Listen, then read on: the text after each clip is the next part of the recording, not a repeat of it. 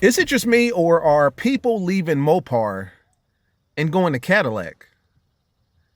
Um, I've seen three guys in the last probably 2 or 3 months trade in their Scat Packs and their Hellcats and move on to Cadillacs. And I know one guy right now that's got a Scat Pack Challenger, and he wants a CTSV. What's so appealing about Cadillac? I've always thought that Cadillac was kind of like an older person car, like an American luxury sedan, almost like a Lincoln Town car. You know, I understand the CT5V, which is the 2024 top of the line. I understand it's 6.2 liter, 668 horsepower. I understand the Cadillac CTS in the past was 640 horsepower. They're powerful cars, but they're not Mopar. They're not going to give you the true sound of a muscle car. I understand you get the luxury on the inside, but you're not buying a Dodge for luxury. You're buying it for the power. You're buying it for the experience. And I don't see people having that same experience with Cadillac. Not to mention, a Cadillac CTSV right now, a 2019, is still going for almost $80,000. So you're paying almost, a good penny more than a Charger or Challenger, and you're getting essentially an old person's car. That's how I feel about Cadillac. Talk to me if I'm wrong, because you're the guys that's trading in your Scats and Cats for Cadillacs. I don't understand it, but let's talk about it. What's up, guys? It's your boy Knockout 360 here with another video, man. So you can tell I'm in a car that makes us a car vlog. You already know what's going down when I come around. Let's get into it, man. Car content, car shows, car reviews, car meets, anything and everything car related happens on this channel. So if you're into that, make sure that you stick around, because you're in the right place. For everyone else, hit that subscribe button as well as that notification bell so that you know what's coming out and when it's coming out. So once again, forgive me, I just left the gym, so if your boy starts profusely sweating, it's because I'm still hot from the gym. You know what I'm saying?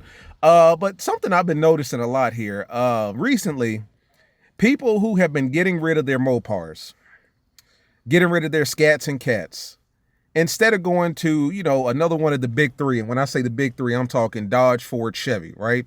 Mustang, Camaro, Corvette, obviously Charger and Challenger.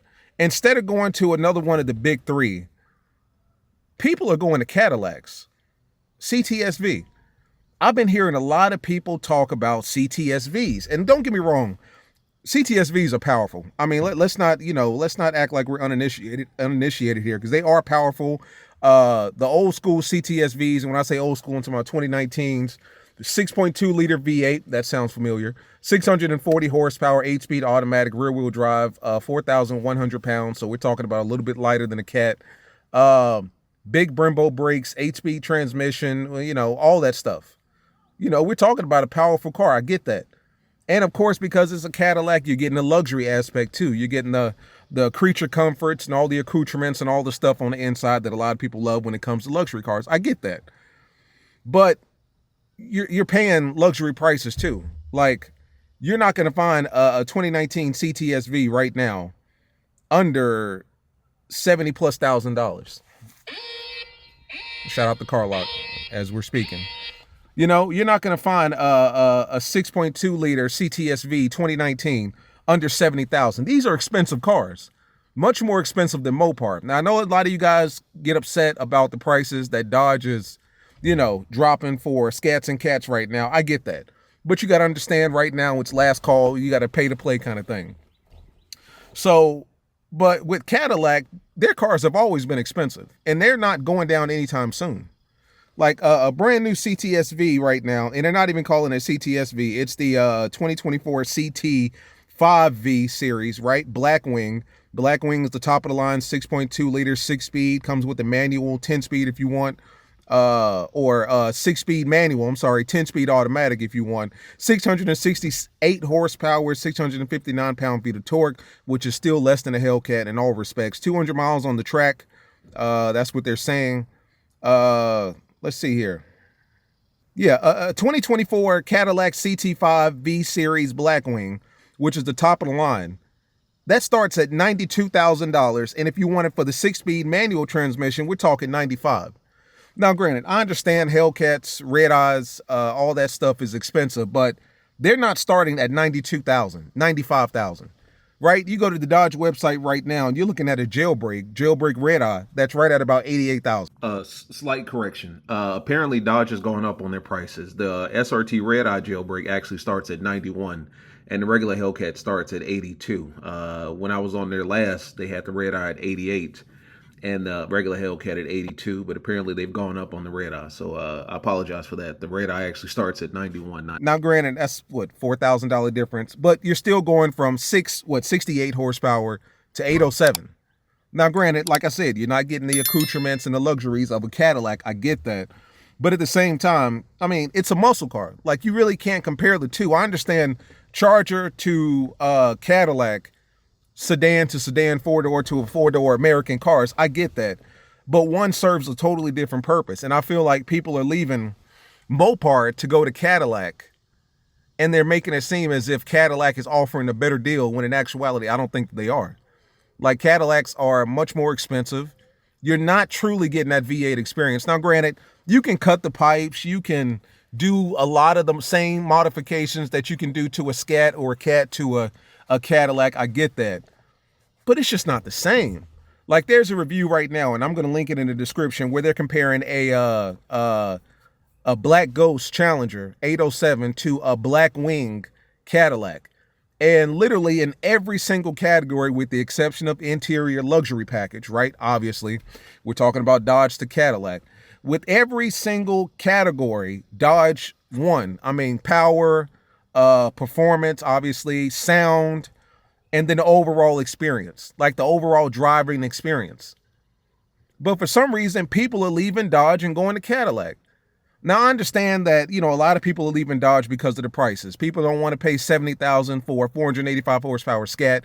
People certainly don't want to pay $100,000 for a 700 horsepower Dodge, essentially. I get that. But you're willing to pay $100,000 for a Cadillac CT5 Blackwing with less power?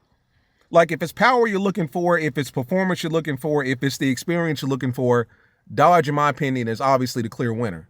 Now, if you want something luxury that's got the power, then obviously that's where Cadillac comes into play. You can even throw in Mercedes, AMG. You can throw in a BMW M5 Competition Series. There are a lot of other brands that you can throw in. But when we're talking about power, speed, performance alone, nothing beats Mopar for the price.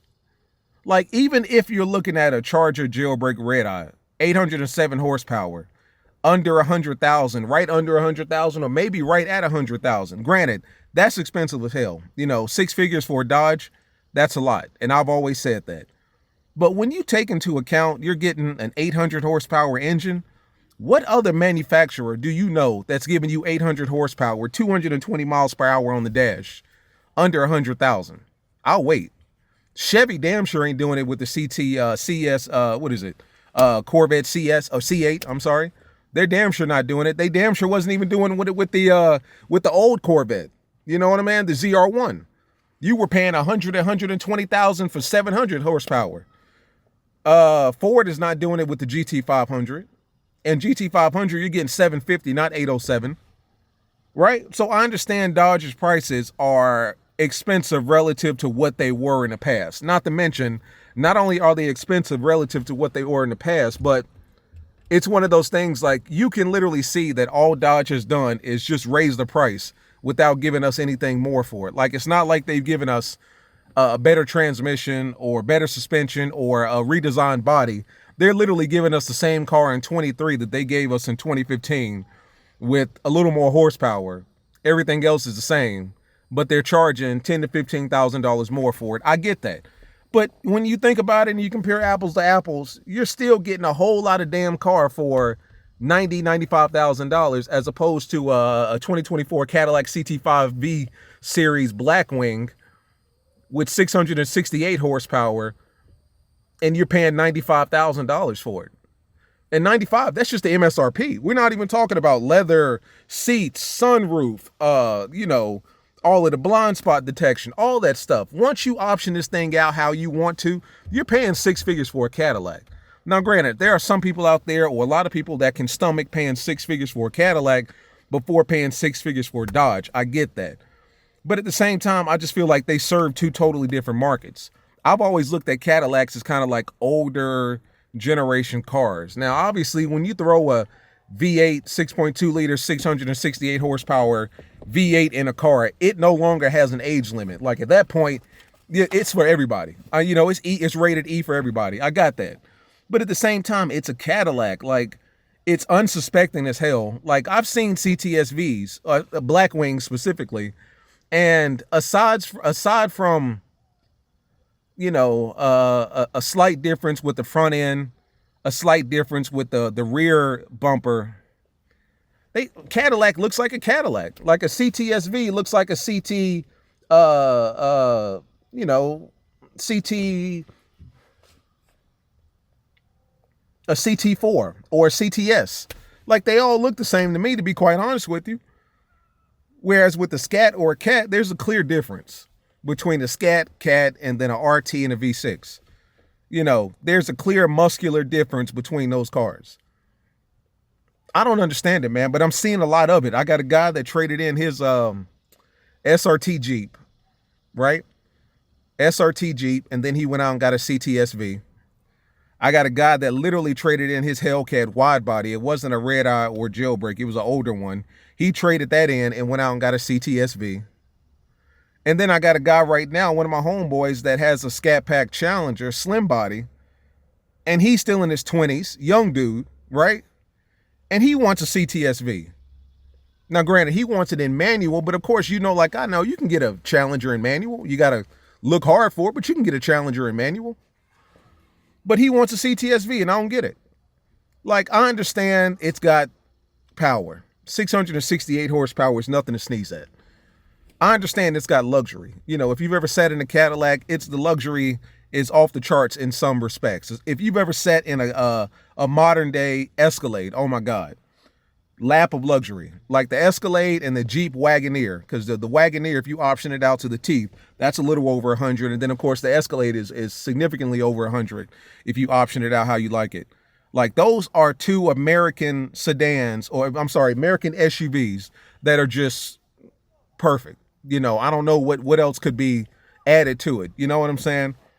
But it's one of those things, like, when you're in the market for Dodge, generally it's Dodge, it's Ford, it's Chevy. None of those brands have particularly nice interiors, especially not Ford. I think Ford has the worst interior of all three, the cheapest of all three. Personally, I would go Dodge, Chevy, Ford as far as interior is concerned.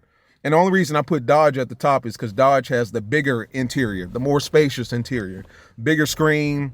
I feel like, you know, they have more redundant buttons and stuff like that. The touchscreen is a little more responsive than some of the Chevys and Fords that I've sat in. I hate Ford because of those cheap plastic chrome looking tabs I hate that shit, you know, but you know what you're getting into when you buy a Dodge. You know, the Cadillacs aren't cheaper than Mopars right now. They're not cheaper. They're not putting down as much power, and you're not going to have as much fun. Now, I don't know this for a fact. Correct me if I'm wrong. I'm sure Cadillacs have a burnout option, like a line lock option. I don't think that they do, but for the sake of this video, I'll say that they do. Maybe they do. But I just don't think that Cadillacs are built like that. Now, of course, when I go to the drag strip and I go to car meets, I see hella CTSVs. Cammed, you know what I'm saying? Making a whole lot of noise, making a whole lot of power, no doubt. I see it all the time. You know, when I watch videos on Instagram and YouTube and stuff like that, oh, I see Cadillac smoking. But it's like, you driving an old man's car. That's how I feel about Cadillac. Like, there's just nothing appealing about Cadillac. Now, maybe that's the appeal, because it's like, and we'll talk about this in another video, like, you know, when you drive a Mopar, there are so many things that you got going for yourself, and there's so many things that you got going against yourself. And I feel like when you get a Cadillac, you're just kind of below the radar. Significantly more below the radar than a Ford or a Chevy. Like, I don't know anybody that's ever had a Cadillac stolen. I don't know if people are stealing Cadillacs like that. Even the CTSVs. Like, I don't know if people are stealing CTSVs and CT5 Black Wings like that. So that could be the allure of it, is the fact that it's unappealing and it flies under the radar, which is why more people gravitate from Mopar, which is at the top of the food chain, making all the noise. Cops want to pull us over and harass us. People want to break in and steal cars and all that shit. People have gotten killed for Hellcats and ScatPacks at the top. And then it's like Cadillac down here where it's like, well, it's a Cadillac. That man probably taking his family to school. He probably driving to work. But it's just like, why are Mopar owners leaving Dodge and going to Cadillac? I just don't understand it. Now, if you went from Mopar to Ford, get you a GT350, a GT500, even a GT50, I'm cool with that. That makes sense. I can get with that. 5.0 Mustangs are nothing to sneeze at. 350s and 500s, you better show them utmost respect. I got that. If you're leaving Mopar and you're going to Chevy, getting you I know a lot of people, I've seen 2 or 3 people right now. I'm thinking of 2 people right now that had 392's and now have SS Camaros and 1LE Camaros. And those cars are powerful. I had no idea that the Chevy Camaro 1LE had 200 miles on the dash. Shout out to my man Jaheim. He's the one, the all day, every day, and twice on Sunday. I had no idea that Camaros were putting down that kind of power, at least with the SS 1LE models. I knew the Z01 was a beast. If you're going from Scat to Z01, I'm cool with that all day long. Even if you're going from Hellcat to Z01, I'm cool with that all day long.